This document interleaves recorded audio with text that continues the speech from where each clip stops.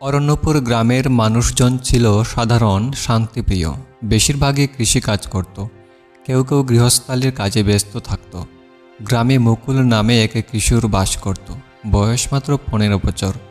ছেলেটি একটু আলাদা ধরনের, সবার মতো সে খুব বেশি কথা বলতো না, কিন্তু তার দেখার ক্ষমতা ছিল অদ্ভুত। কেউ কোনো কথা না বললেও সে বুঝতে পারত তার মনে কি চলছে।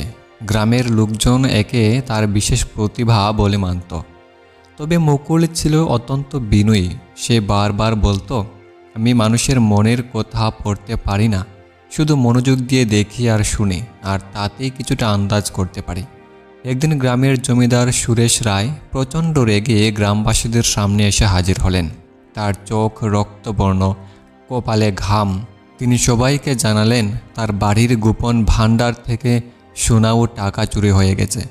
গ্রামবাসীরা হতবাক। জমিদারের গোপন ভাণ্ডার থেকে কিছু চুরি হওয়া প্রায় অসম্ভব, কারণ সেই ঘরটি সবসময় তালাবদ্ধ থাকে আর চাবি থাকে জমিদারের নিজের কাছে। তিনি ক্রুদ্ধ কণ্ঠে বললেন, গ্রামে নিশ্চয়ই কোনো বিশ্বাসঘাতক লুকিয়ে আছে। আমি কাউকে সন্দেহ করছি না, তবে চোর ধরা না পর্যন্ত আমি কাউকে ছেড়ে কথা বলবো না। গ্রামের লোকজন আতঙ্কে পড়ে গেল, কেউ কোনো উপায় বের করতে পারছিল না। তখন গ্রামেরই এক বয়স্ক ব্যক্তি বললেন, জমিদার বাবু, মুকুলকে ডেকে আনুন। ওর চোখের নজর আর মনের শক্তি অসাধারণ, ও হয়তো আপনাকে সাহায্য করতে পারবে। মুকুল তখন গ্রামের এক কোণে বসে বাঁশি বাজাচ্ছিল। জমিদারের লোক এসে তাকে ডেকে নিয়ে গেল। জমিদারের সামনে গিয়ে মুকুল বিনীতভাবে মাথা নত করল। জমিদার বললেন, শুনেছি তুমি মানুষের মনের কথা বোঝার ক্ষমতা রাখো। আমার চুরি হয়ে যাওয়া সোনা আর টাকা খুঁজে দিতে পারবে? মুকুল বলল, জমিদার বাবু, আমি জাদু জানি না, তবে মানুষের কথাবার্তা, চোখের দৃষ্টি আর আচরণ দেখলে কিছুটা অনুমান করতে পারি। আমি চেষ্টা করব। জমিদার রাজি হলেন। তিনি মুকুলকে তার বাড়ির সবাইকে জিজ্ঞাসাবাদ করতে বললেন। মুকুল প্রথমে জমিদার বাড়ির ভাণ্ডারের আশপাশ খুব ভালো করে খতিয়ে দেখল। তারপর বাড়ির প্রতিটি কাজের লোককে আলাদাভাবে জিজ্ঞাসাবাদ করতে শুরু করলো। সে তাদের সবাইকে সাধারণ কিছু প্রশ্ন করছিল।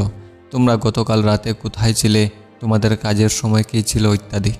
যখন সবাই কথা বলছিল, মুকুল তাদের চোখের দৃষ্টি, শরীরের অঙ্গভঙ্গি আর কণ্ঠস্বর খেয়াল করছিল।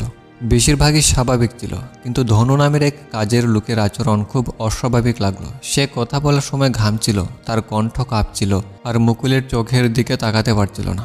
মুকুল ধনুকে আলাদাভাবে ডেকে নিয়ে বলল, ধনুদা, আমি জানি তুমি কিছু জানো, কিন্তু ভয় পেও না। আমি বুঝতে পারি তুমি হয়তো নিজে কিছু করোনি, তবে সত্যিটা বললে তোমার মনের ভার কমবে। ধনু প্রথমে চুপচাপ রইল, কিন্তু মুকুলের নরম কথায় তার ভয় কমতে লাগলো।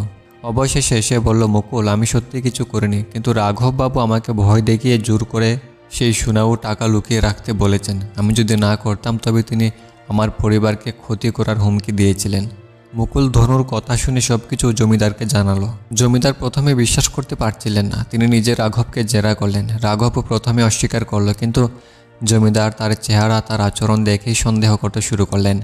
শেষে রাঘবের ঘর তল্লাশি করে চুরি হয়ে যাওয়া সম্পদ পাওয়া গেল। রাঘব তখন নিজের দোষ স্বীকার করল। জমিদার তাকে বাড়ি থেকে তাড়িয়ে দিলেন। জমিদার মুকুলকে বললেন, তুমি আমার এত বড় সমস্যার সমাধান করেছ, আমি তোমাকে 100 সোনার মোহর দিতে চাই।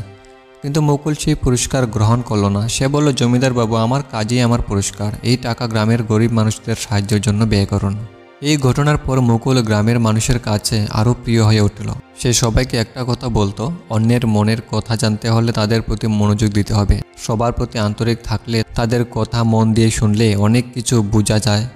অরণ্যপুরে সেই দিন থেকে মানুষ মুকুলের শেখানো পথ অনুসরণ করে। তারা নিজেদের মধ্যে ভালো বোঝাপড়া তৈরি করতে শুরু করে। আর মুকুল, সে তার বাঁশি বাজাতে বাজাতে গ্রামের রাস্তায় ঘুরে বেড়াতো, মানুষের মনের কথা বুঝে তাদের সাহায্য করত।